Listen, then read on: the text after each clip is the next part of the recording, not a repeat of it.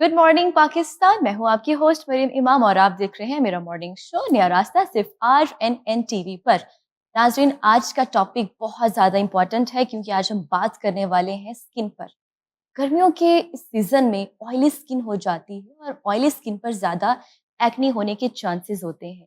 इसकी वजह क्या है, इसका ट्रीटमेंट क्या है, आज हम जानेंगे इस प्रोग्राम में। फिर बात करेंगे हेयर फॉल पर। खवातीन को तो हेयर फॉल होता है, लेकिन यंग लड़कों में हेयर फॉल की वजह क्या है, आज इस पर भी बात करेंगे। और कौन से ऐसे लेटेस्ट ट्रीटमेंट आए हुए हैं जो हम करवा सकते हैं स्किन के लिए, बालों के लिए, आज इस पर बात करेंगे। मेरी आज की गेस्ट हैं एस्थेटिक फिजिशियन डॉक्टर सारा रऊफ। आइए इनको वेलकम करते हैं। सलाम अलैकुम, गुड वालेकुम मॉर्निंग, कैसी सलाम। हैं आप? बिल्कुल ठीक, आप कैसी हैं? बिल्कुल ठीक, बिल्कुल ठीक। डॉक्टर सारा, मुझे ये बताएं, एक्नी हर किसी को होती है, लेकिन ये एक्नी की वजह क्या है?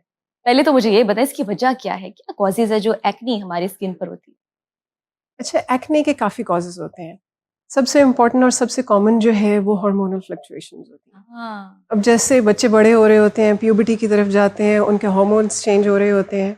उन हम्म। हार्मोनल फ्लक्चुएशंस की वजह से एकदम से एक्ने का बर्स्ट होता है। ठीक है। इसके अलावा और हार्मोनल फ्लक्चुएशंस होती हैं जैसे कि ड्यूरिंग मेंस्ट्रुअल पीरियड्स या फिर टुवर्ड्स मेनोपॉज़, हाँ। उसमें भी एक्ने के चांसेस ज़्यादा होते हैं। ओके। फिर जिन ख़वातीन में पीसीओज़ होते हैं, हम्म। उनको भी एक्ने के चांसेस ज़्यादा होते हैं क्योंकि उसमें भी हार्मोनल इम्बैलेंस होता है। पीसीओज़ की ओके। वजह से एंड्रोजन्स जो हैं बॉडी में वो ज़्यादा हो जाते हैं जो कि हाँ। मेल हार्मोन्स होते हैं, मेल सेक्स हार्मोन्स, ठीक है। टेस्टोस्टेरोन। ठीक है। उसकी वजह से हम्म। एक्ने जो है वो ज़्यादा होती है। अच्छा, यंग लड़कियों में अब देखा जा रहा है उनको काफी ज्यादा एक्नी होती है। आप मुझे बताएं किस एज ग्रुप में अब ज्यादा एक्नी देखी जा रही है? देखिए, एक्ने के एक कॉज़ नहीं होता, एक वजह नहीं है। एक्ने की काफ़ी सारी रीज़न्स होते हैं। एक तो इसमें हार्मोनल रीज़न हो गया। ठीक है। दूसरा, it is genetic as well.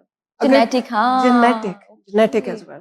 अगर तो आपके पेरेंट्स में, आपकी फैमिली में, मदर में या फादर में एक्ने है, तो अनफॉर्च्युनेटली यू आर मोर बच्चों प्रोन में टू भी इट। वो आती है, बच्चों में भी अच्छा। आती है, नॉट नेसेसरीली, हाँ। लेकिन they are more prone to it. तो एक तो ये ये हो गया। इसके अलावा डाइट। Diet diet. डाइट जो कि आजकल हमारे हाँ। बच्चों में, जैसे कि आप कह रही हैं कि छोटे बच्चों में भी एक्ने हो रही है जो कि प्यूबर्टी की तरफ जाते हैं। एक तो उनका हार्मोनल इम्बैलेंस हो गया जो कि होता है, इम्बैलेंस तो नहीं, फ्लक्चुएशंस। ठीक है। लेकिन उसके साथ उनकी डाइट है, हमारी हाई ग्लाइसीमिक डाइट है आजकल बहुत ज़्यादा। शुगर बहुत ज़्यादा है हमारी हाँ। डाइट में। फिर उसके अलावा हमारी ये जो है जंक जंक फूड। फूड, उसकी वजह से, इन दोनों चीज़ों की वजह से बहुत ज़्यादा एक्ने के चांसेस जो हैं वो ज़्यादा हो जाते ठीक है, ठीक है। अच्छा, ऑयली स्किन जिनकी होती है, देखा जाता है एक्ने के चांसेस उनको ज़्यादा होते हैं, क्योंकि हैं। ऑयली बिल्कुल, स्किन। बिल्कुल। अब ऑयली होती क्यों है? अब जब ये हमारे हार्मोन्स भी इम्बैलेंस हों या हाँ। फिर डाइट भी हो, ये सब करती क्या है जिसकी वजह से एक्ने होती है? ये सारी चीज़ें जो हैं ये हमारे सेबेशियस ग्लैंड्स होते हैं फेस पे जो कि ऑयल प्रोड्यूस करते हैं, उनको स्टिमुलेट करते हैं। ठीक जब है। वो स्टिमुलेट होते हैं तो उनकी वजह से ऑयल, एक तो ऑयल की प्रोडक्शन ज़्यादा हाँ, हुई, हाँ। दूसरे हमारे जो डेड सेल्स हैं वो होते हैं, वो हमारे पोर्स को क्लॉग कर देते हैं। ठीक है। जब हमारे पोर्स क्लॉग हो जाते हैं तो वो इन्फ्लेमेशन कॉज़ हो जाती है और वो एक्ने, मेन इसका ठीक ये है। वजह होती है। ठीक है। अच्छा, इस एक्ने का ट्रीटमेंट क्या है? इसको खत्म कैसे किया जा सकता है? अच्छा, एक्ने की ट्रीटमेंट जो है, there are many treatments that can be done, लेकिन सबसे पहले lifestyle changes. Lifestyle lifestyle change. Changes बहुत इम्पोर्टेंट। अब देखिए ना, पहले तो एक तो बेसलाइन जो कॉज़ है वो हमने देखना है कि क्या है, लेकिन उससे भी पहले लाइफ़स्टाइल चेंज होना चाहिए। मतलब कि अगर तो आपकी डाइट ख़राब है तो आप डाइट को इम्प्रूव करें। अगर वेट ज़्यादा है, पीसीओएस का इश्यू है तो वेट रिड्यूस करें। ठीक है। वेट रिड्यूस होने से एक्ने भी इम्प्रूव होगी, क्योंकि हमारे हार्मोन्स का जो इम्बैलेंस है वो भी बेहतर होगा, ठीक है? तो और दूसरी चीज़ ये कि स्लीप, स्लीपिंग स्लीप स्केड्यूल भी हमारा इतना खराब है, यस, एग्ज़ैक्टली, हाँ, उसको क्योंकि बेहतर करना चाहिए। क्योंकि देखिए, स्लीप डेप्रिवेशन होती है, वो भी हमारे हार्मोन्स को अफ़ेक्ट करती है। बिल्कुल। स्ट्रेस हार्मोन को ज़्यादा कर देती है, कॉर्टिसोल को इंक्रीज़ कर देती है। जब कॉर्टिसोल इंक्रीज़ हो जाता है तो वो भी, उसके एक इफ़ेक्ट ये भी होता है कि वो सेबेशियस ग्लैंड्स को स्टिमुलेट करता है और वो ऑयल की प्रोडक्शन ज़्यादा करता है। तो उसकी वजह से भी एक्ने होती है। तो हमने ये सारी चीज़ें सबसे पहले इम्प्रूव करनी है, लाइफ़स्टाइल को इम्प्रूव करना है। उसके बाद हम बाकी चीज़ों पे आएँगे जो कि काफ़ी सारी हैं, हम कर सकते हैं। सबसे पहले हम टॉपिकल ट्रीटमेंट्स की अगर बात करते हैं तो there are lots of treatments that can be done, जिसमें सैलिसिलिक एसिड है, अच्छा। बेंज़ाइल पेरोक्साइड है, ठीक है। रेटिनॉइड्स हैं, ये घर में यूज़ कर सकते हैं। उसके लिए तो फिज़िशियन के पास, एस्थेटिक फिज़िशियन के पास जाने की भी ज़रूरत नहीं है। ठीक है। अच्छा डॉक्टर सारा, अभी आपने मेंशन किया है रेटिनॉल, ये हम किस एज में यूज़ कर सकते हैं? क्या एज ग्रुप होना चाहिए? कहते हैं कि जो 20 प्लस लड़कियों को स्टार्ट कर देना चाहिए, लेकिन अब सोशल मीडिया पर दिखा रहे हैं कि यूज़ नहीं करना चाहिए, इसके बहुत सारे साइड इफ़ेक्ट्स होते हैं। आप बताइए? अच्छा, रेटिनॉल जो है ये आप किसी भी एज में यूज़ कर सकते हैं, लेकिन उसकी कुछ कॉन्ट्राइंडिकेशंस होती हैं। अच्छा, रेटिनॉल जो है this is an umbrella term. Basically retinol is the mildest form of retinoids. इसकी और भी काफ़ी सारी फॉर्म्स होती हैं जिसमें रेटिनॉल है, रेटिनॉल एस्टर है, रेटिनॉइड्स हैं। तो आप अगर माइल्डेस्ट फॉर्म से स्टार्ट कर रहे हैं और अंडर डॉक्टर सुपरविजन स्टार्ट कर रहे हैं तो it's very beneficial for you. हमें कैसे पता चलेगा कि ये हमारी स्किन टोन के लिए बेहतर है या हमारी स्किन टाइप कैसी है? अगर किसी की ड्राई स्किन है, किसी की ऑयली स्किन है, किसी की कॉम्बिनेशन स्किन है, तो कैसे पता चलता है कि ये रेटिनॉल उसके ऊपर सूट करेगा? अच्छा, इसीलिए आपको डॉक्टर की रिकमेंडेशन के बगैर इसको यूज़ यूज़ नहीं नहीं करना। करना चाहिए, हाँ। बिल्कुल यूज़ नहीं करना आपने। देखिए, ठीक है। रेटिनॉल जो है बेसिकली ये क्या करता है कि ड्राइज़ आउट द स्किन। स्किन के जो हमारे जो सेल्स होते हैं उनकी टर्नओवर को भी इंक्रीज़ करता है और स्किन को ड्राई आउट भी करता है। सेबेशियस ग्लैंड्स को ठीक है। में से ऑयल प्रोडक्शन को कम करता है। अच्छा, स्किन टाइप बेसिकली इतना मैटर नहीं करती जितना ये मैटर करता है कि आप रेटिनॉल यूज़ कैसे करें। अब रेटिनॉल जब आपने स्टार्ट करना है, एक तो मैंने आपको बताया कि आपने माइल्डेस्ट फॉर्म से स्टार्ट करना है, माइल्डेस्ट स्ट्रेंथ से स्टार्ट करना है। ठीक है। दूसरा, आपने बिल्कुल पी साइज़ अमाउंट से स्टार्ट करना है। और जब आप स्टार्ट कर रहे हैं तो you have to use it just once a night per week. तो आपने इतना उसको स्लो स्टार्ट करना है क्योंकि you have to make your skin get used to it. ठीक है। तो पहले आपने 1 to 2 weeks 1 night per week start करना है, फिर उसके ठीक है। बाद आफ्टर 2 वीक्स आपने you can do it for 2 nights per week and then ठीक यू है। Have to build it up gradually. ठीक है। तो उससे अगर कोई भी स्किन टाइप हो, आपकी बेशक ऑयली है या ड्राई है, इट डज़न्ट रियली मैटर। आपने ये देखना है कि आपको कैसा सूट कर रहा है। अगर 1 नाइट पर वीक में भी आपकी स्किन और ड्राई हो रही है, हाँ। Then you have to just continue it like that for probably a month. तो आपने ये चीज़ देखनी है। हुँ। अच्छा, इसको इस्तेमाल करने का तरीका भी बता दें। इसको डायरेक्टली हम फेस पर लगा सकते हैं या कॉटन बड्स के साथ लगाना चाहिए? और पहले क्या करना चाहिए? फेस पे मॉइस्चराइज़र लगा देना चाहिए, उसके बाद ये रेटिनॉइल जो है यूज़ करना चाहिए या पहले? कुछ स्टेप्स बता दें ताकि जो हमें देखने वाले हों। बिल्कुल। अच्छा मरियम, इसमें होता ये है कि अगर तो आप किसी ऐसे आपके पेशेंट हैं जो कि बिल्कुल नया अभी स्टार्ट कर रहे हैं, ठीक है। अभी उन्होंने पहले हाँ, कभी पहली रेटिनॉल दफ़ा स्टार्ट यस नहीं किया, एग्ज़ैक्टली हाँ, तो उनके लिए जो सिंपल स्टेप्स हैं वो ये हैं, सबसे पहले तो they have to do cleansing. Cleansing cleansing करने के बाद and you have to use it at night time, रात को करना। ठीक है। क्लेंजिंग के बाद अगर तो आपकी स्किन सेंसिटिव है या फिर एक्सट्रीमली ड्राई है, then apply moisturiser first and then apply retinol. और रेटिनॉल कैसे अप्लाई करना है? Just a pea size amount ठीक है। That will be for your entire face, not pea size amount here and here and here and here, वो तो फिर बहुत ज़्यादा हो जाएगा। ठीक है। ठीक तो है। Pea size amount just for your entire face और उसके बाद यू कैन मॉइस्चराइज़ अगेन। तो this is a sandwich okay, method. हाँ, this is a sandwich method. तो ठीक है। ये जो स्टार्ट कर रहे हैं बिगिनर्स के लिए दिस इज़ इफेक्टिव। और आपने बताया है ये रात में लगाना चाहिए। रात में करना। ठीक। और उसके साथ आपने दिन में सन ब्लॉक ज़रूर यूज़ करना है क्योंकि स्किन ज़रा सेंसिटिव हो सन जाती है। ब्लॉक की तरफ भी आते बिल्कुल। हैं। ये सनस्क्रीन एक बहुत बड़ी डिबेट है, किस तरह इस्तेमाल करना चाहिए, ये कब लगाना चाहिए और किस एज में हमें शुरू कर देना चाहिए। मुझे पहले आप ये बताएँ डॉक्टर साहिबा, हेयर फॉल बहुत ज़्यादा हो रहा है। ख़वातीन को तो होता है, आज हम डिस्कस करते हैं, पर लड़कों में हेयर फॉल की वजह क्या है ये? अच्छा, हेयर फॉल जैसे आपने कहा है definitely it's very common in in women and in main as well. अब लड़कों की अगर हम बात करें तो जेनेटिक फैक्टर्स होते हैं काफ़ी अच्छा, हद तक। इसमें भी जेनेटिक फैक्टर्स हैं। इसमें भी ठीक है। जेनेटिक फैक्टर्स होते हैं। अगर तो उनके फादर, मदर या फैमिली में काफ़ी लोगों के बड़ी जल्दी एज में बाल चले गए, हाँ, तो तो बच्चों की भी तो अच्छा, लाइक्लीहुड यही है कि उनके भी चले ओके, जाएँगे। अच्छा, बिल्कुल, genetic predisposition is a very strong factor. ठीक है। उसके अलावा न्यूट्रिशनल डेफिशिएंसी, हुँ, very, very important to rule out nutritional deficiency. अब हमारे पास इतने पेशेंट्स आते हैं जो डायरेक्ट कहते हैं हमें पीआरपी कर दें, एक्सोसोम्स कर दें, ये कर दें, वो कर दें, लेकिन they don't want to go for blood test which is the initial step. Blood test करेंगे तो पता चलेगा कि कोई न्यूट्रिशनल डेफिशिएंसीज़ तो नहीं किसकी है, डेफिशिएंसी विटामिन है? डेफिशिएंसीज़ तो नहीं है। Most important are vitamin D, vitamin बी12, आयरन, जिंक, मैग्नीशियम। ये 5 जो हैं ये ज़रूर चेक करने हैं किसी की भी ट्रीटमेंट भी स्टार्ट करने से ठीक पहले। है। तो deficiency of these is very important जो कि हेयर फॉल कॉज़ करती है। और आपको पता है कि आप जैसे कह रही हैं कि यंग एज में भी हो जाता है बॉयज़ में, अब आप उनकी डाइट चेक करें। हुँ, आजकल बच्चे क्या खा रहे हैं? जंक फूड उनको चाहिए, बिल्कुल। प्रोसेस्ड फूड उनको चाहिए, न्यूट्रिशनल रिक्वायरमेंट उनकी पूरी नहीं हो रही, न्यूट्रिशनल डेफिशिएंसीज़ उसकी वजह से हो रही हैं।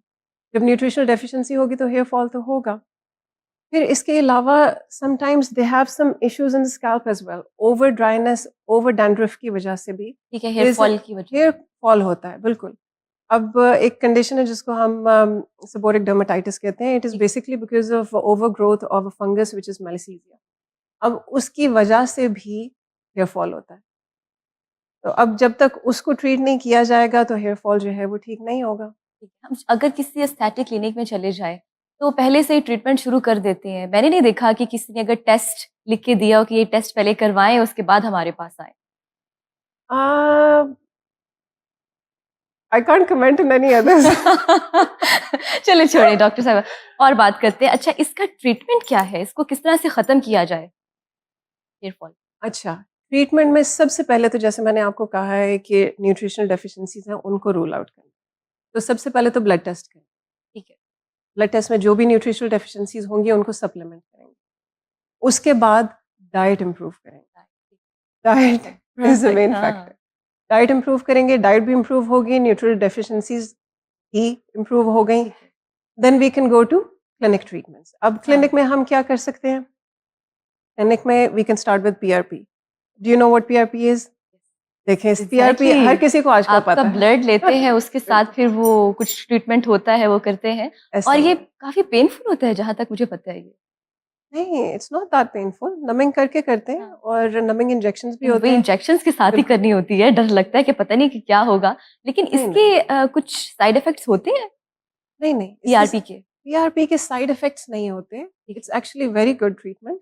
लेकिन पीआरपी का इफेक्ट इस पे डिपेंड करता है कि जो पीआरपी करवा रहा है how healthy is that person. Okay, क्योंकि पीआरपी भी तो आपके अपने ब्लड से ही हो ब्लड रहा है। से हो रही है। बिल्कुल। तो अगर आपके ब्लड में ओके, डेफिशिएंसीज है हाँ, तो फिर वो कितना ही इफेक्टिव होगा। बहुत अच्छी बात की है। ये तो पता ही नहीं होता, फौरन ब्लड दे देते हैं और उसके बाद बिल्कुल, प्रोसीजर स्टार्ट कर बिल्कुल। देते हैं। इसीलिए आपको मैंने कहा सबसे पहले न्यूट्रिशनल डेफिशिएंसीज को रूल आउट करना है, ठीक है। उनकी सप्लीमेंटेशन करनी है, उसके बाद हमने ये एक्स्ट्रा ट्रीटमेंट स्टार्ट करनी है। एक तो पीआरपी हो गई, ठीक है। इसके अलावा we can do mesotherapy. Mesotherapy होती है सीरम्स के साथ। ओके, सीरम से। इसमें सीरम्स होते हैं जैसे कि बायोटिन, प्रोकैपल, रिडेंसिल। इन सीरम्स के साथ we inject these serums in scalp as well. अच्छा, ये मेसोथेरेपी बालों के लिए है सिर्फ? जी बिल्कुल, ये मेसोथेरेपी बालों के लिए है। वैसे हम मेसोथेरेपी फेस के लिए भी करते हैं but this one is specifically for the hair. Okay, इसके ठीक है, अलावा ठीक है। एक्सोसोम्स कर सकते हैं। अब आपको पता है exosomes are so yes, famous these days famous. As well and they very effective as काफ़ी वेल। सेलिब्रिटीज़ करवा रही हैं अभी। बिल्कुल ऐसे। तो they very effective, they can be done as well. लेकिन सबसे इम्पोर्टेंट चीज़ जो है, no treatment is a magic solution. अब अगर आपने या किसी ने भी कोई ट्रीटमेंट करवानी है तो they need to have realistic expectation. 3 to 4 sessions of any treatment is needed along with the supplementation and diet improvement. Definitely they'll see good results, but they have to stick to the plan that the doctor gives them. ठीक है। ये PRP, micro needling, ये हमारी skin के collagen को किस तरह improve करती है? और अगर इनके बगैर हमें स्किन का कोलेजन इम्प्रूव करना हो तो वो हम कैसे कर सकते हैं?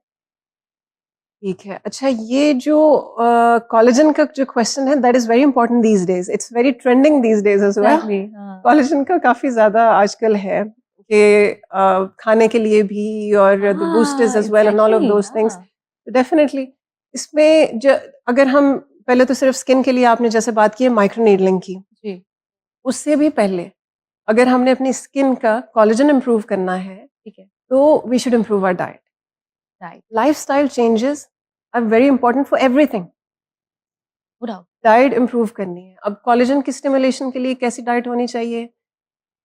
जिसमें प्रोटीन्स हो, विटामिन सी हो, विटामिन ई हो, fish, chicken, bone broth, leafy green vegetables, citrus fruits, ठीक है। इस तरह की चीज़ें दे वेरी इंपॉर्टेंट। ये आप रेगुलरली अपनी डाइट में रखें। प्रोसेस्ड फूड जो है उसको आप अवॉइड करें, हाँ, क्योंकि जो प्रोसेस्ड फूड होता है ना, it causes kind of inflammation in the skin, ठीक है। जिसकी वजह से जो कोलेजन आपका होता है उसकी जो स्टिमुलेशन होनी होती है वो नहीं होती, सिंथेसिस जो होती है उसकी स्लो डाउन होती है। तो processed food is not good for collagen. ठीक है। बाकी डाइट इंप्रूव करें। उसके अलावा हम क्या कर सकते हैं? इसके अलावा जैसे आपने कहा microneedling, microneedling is a very good procedure. It's very simple, it's very effective and it's very cost effective as well. It's not that expensive. और होता उसमें ये है कि micro means tiny ठीक है। and needling means puncturing the skin with needles. Okay, तो हाँ। करते हम ये हैं कि we puncture the skin in controlled conditions with very tiny needles और उनकी डेप्थ को भी हम कंट्रोल करते हैं कि वो कितना स्किन में जा सकती हैं needles. ठीक है। तो जब हम ये करते हैं, आप देखें कहीं पे भी इंजरी होती है तो वो हील होती है, यस।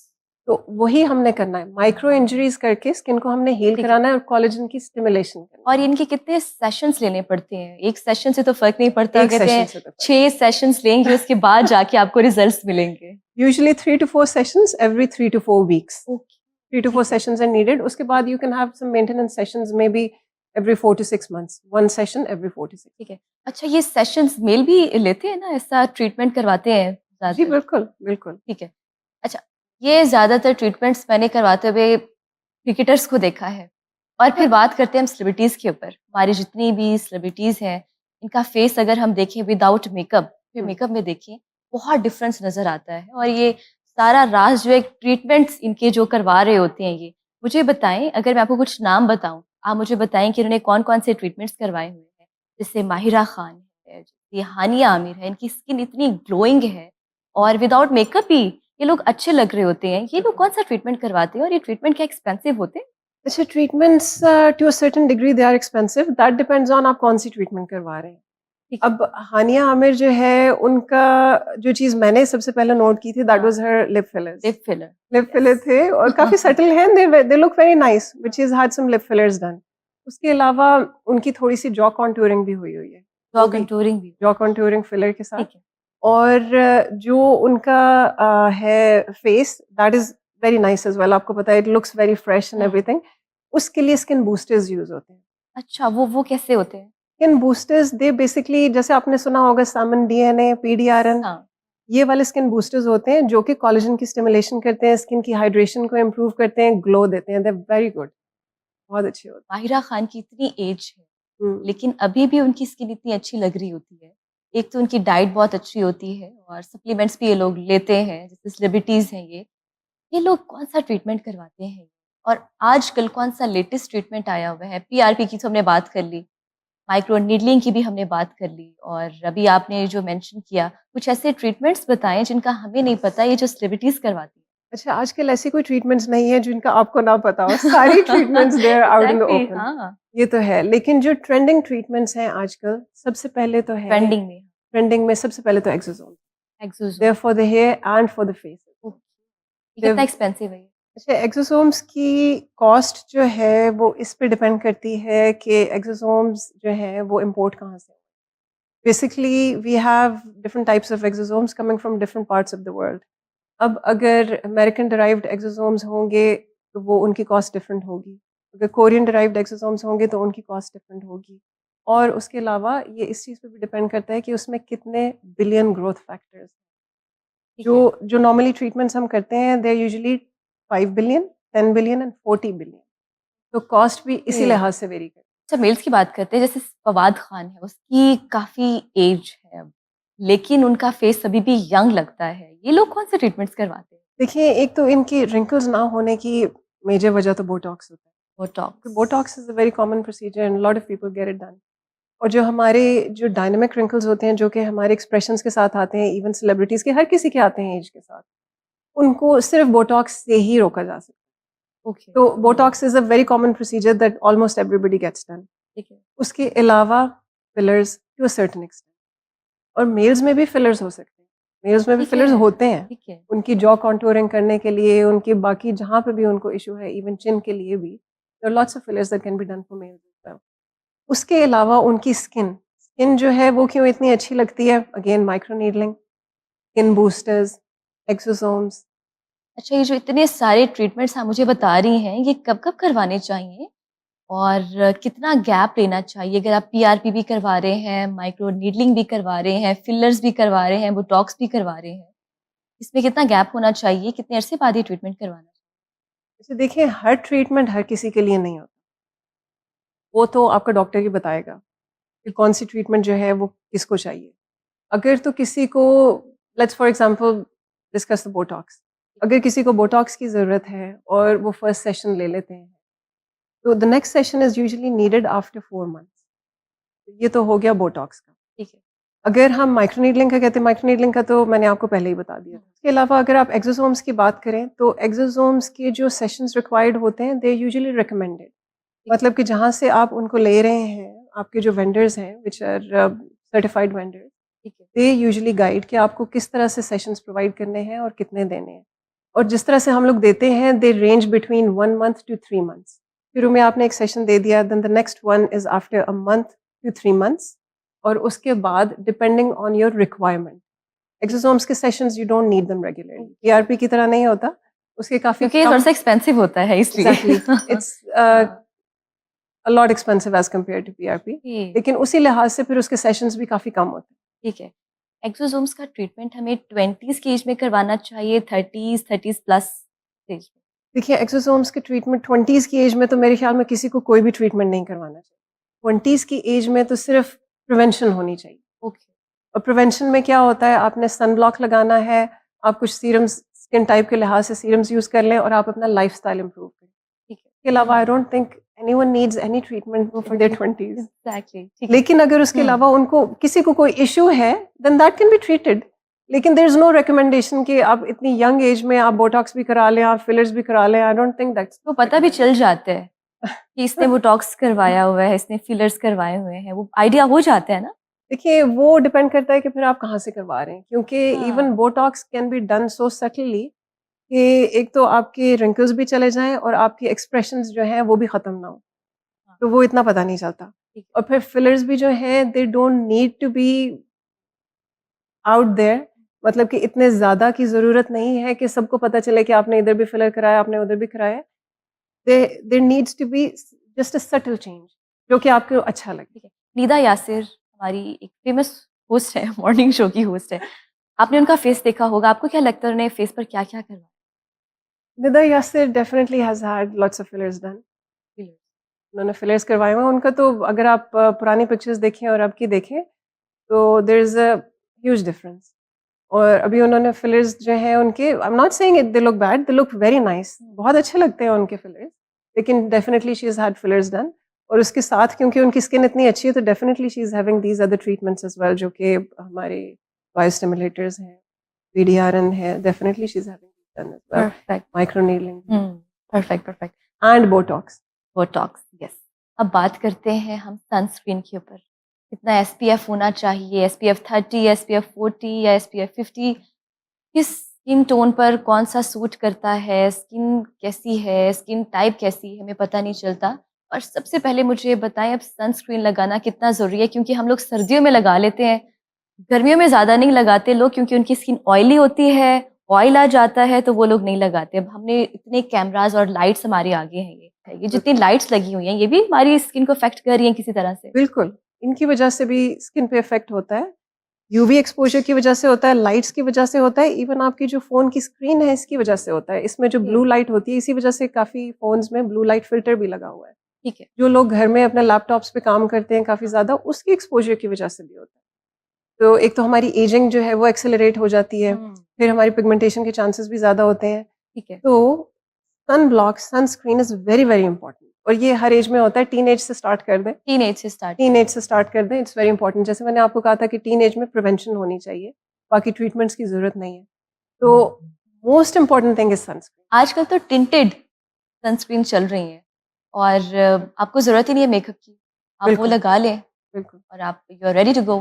बिल्कुल। और ये टिंटेड सनस्क्रीन्स जो हैं, they are actually very good for you, specially जिन लोगों की हाइपर पिगमेंटेशन हो या फिर जिनको मेलास्मा हो, उनके लिए tinted sunscreens are very good. उनमें आयरन ऑक्साइड और जिंक ऑक्साइड होता है, जो कि they give a very good protection against UVB रे।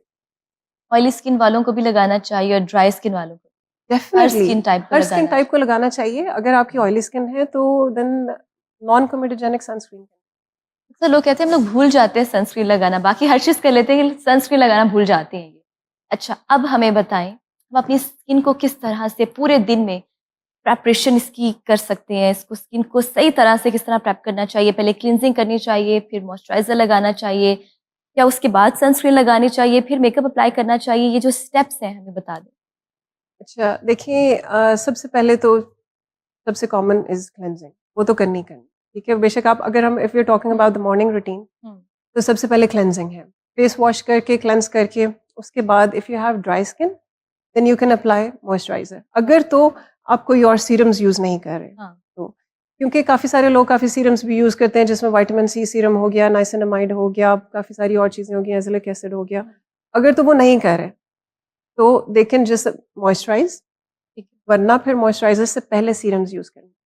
ओके, तो cleansing, serums, moisturiser, sun block, ये एंड पे sunblock. End pe sun. Perfect. Doctor सारा, मुझे ये बताएं, ये जो लोग स्टेरॉइड्स क्रीम्स लगाते हैं, इनके कितने साइड इफेक्ट्स होते हैं? अच्छा जी, मेडिकेटेड क्रीम्स जो है इतनी अब ज़्यादा मार्केट्स में आ गई हैं, 5 दिनों में रंग गोरा कर तो देती हैं ये, लेकिन इनके बाद में कितने साइड इफेक्ट्स होते हैं ये बताइए? बहुत ख़राब है स्किन के लिए, बहुत ही ज़्यादा। इनमें स्टेरॉइड्स होते हैं, मरकरी होती है जो कि स्किन को बिल्कुल थिन कर देती है और स्किन में हमारी ब्लड वेसल्स भी विजिबल हो जाती हैं। स्किन की बिल्कुल हालत ख़राब हो जाती है और आपको 5 दिन में तो ये गोरा कर भी देती हैं। लेकिन ठीक जब है, आप जैसे ही छोड़ते हैं तो स्किन की हालत इतनी ख़राब हो जाती है कि उसको फिर वापस रिकवरी की तरफ लाना काफ़ी मुश्किल हो जाता है। अब ठीक है। काफ़ी पेशेंट्स आते हैं मेरे पास, वो इसी तरह से कि पता चल दिखते ही पता चल जाता है हाँ, कि they have used steroid cream. लेकिन कभी मान जाते हैं, कभी नहीं भी मानते। They very, very bad. आपने कोई भी क्रीम इस तरह की नहीं यूज़ करनी, हुँ। बिल्कुल भी, दूर भागें। Thank you so much doctor Sara, it was an absolute pleasure to have you. और आज जो हमने टॉपिक डिस्कस किया बहुत इम्पोर्टेंट था, क्योंकि हमने बात की स्किन ट्रीटमेंट के ऊपर, कौन से ट्रीटमेंट्स आजकल चल रहे हैं, कौन से करवाने चाहिए। और पहले ये ट्रीटमेंट्स जब थे, जब ये नए-नए आए थे, बहुत ज़्यादा एक्सपेंसिव हुआ करते थे। आहिस्ता-आहिस्ता ये हर क्लिनिक ने आसानी से आप ये ट्रीटमेंट्स करवा सकते हैं ये। डॉक्टर सारा, अगर किसी ने आपकी क्लिनिक में आना हो, वो किस तरह आ सकता है? अपना कोई कॉन्टैक्ट नंबर बता दें या अपनी कोई प्रोफ़ाइल बता दें, जो हम अपने प्रोग्राम में चला दें। जी, मेरा clinic DHA phase 8 commercial Broadway Lahore में है, तो if you somebody wants to contact they can easily. और दूसरा नंबर भी है, तो उस नंबर पे कॉन्टैक्ट कर लें, अपॉइंटमेंट उस पे भी ईज़िली मिल जाती है।